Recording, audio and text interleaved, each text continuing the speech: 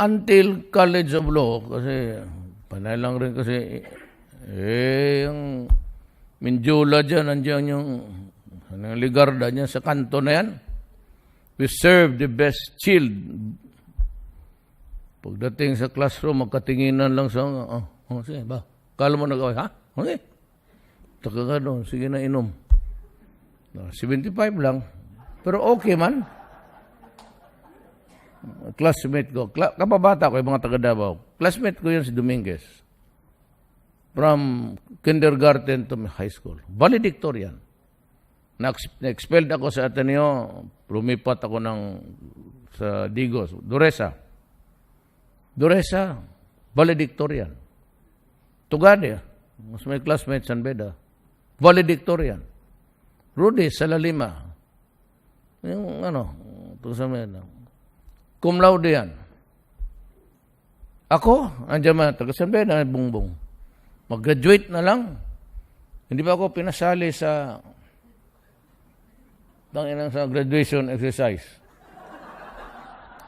Hindi dahil hindi nakabayad ng tuition.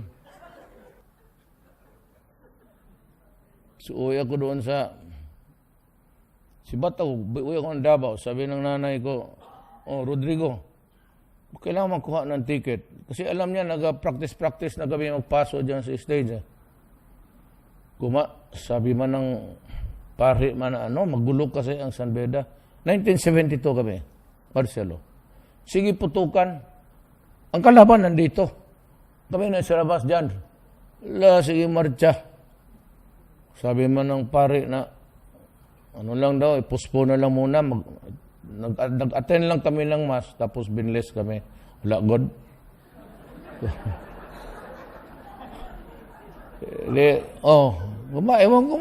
Ewan ko itong San Beda, ma'am. Tapos sabi naman, magbili ako ng ticket kasi noon magtawag ko ng telepono lang. Tapos bilihin mo ticket. Mananay ko, di wala na pala. Sabi ko, wala naman siguro. Visit itong San Beda, nagpunta sa Transfiguration. It's a monastery ng mga Budista.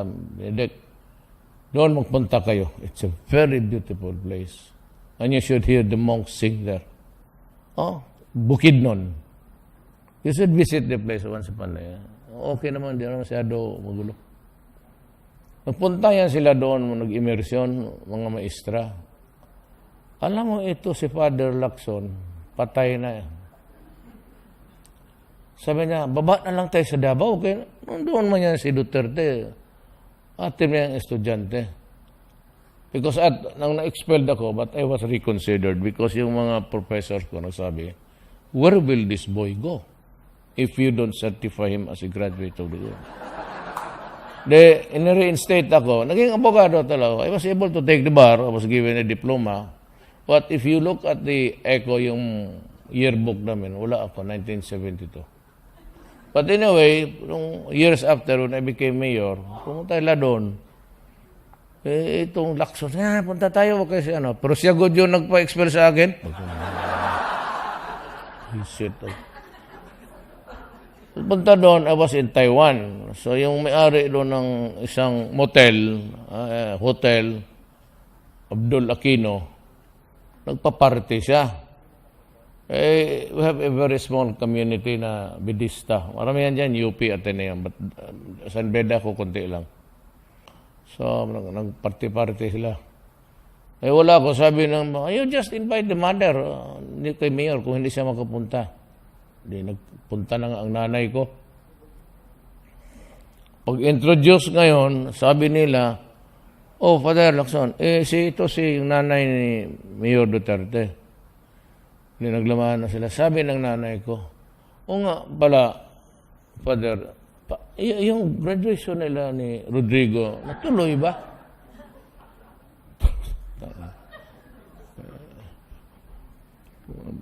Patay na kasi. Sabi ba naman, hindi ba niya sinabi sa iyo, ma'am? Hindi ba? Na-expel yan kasi.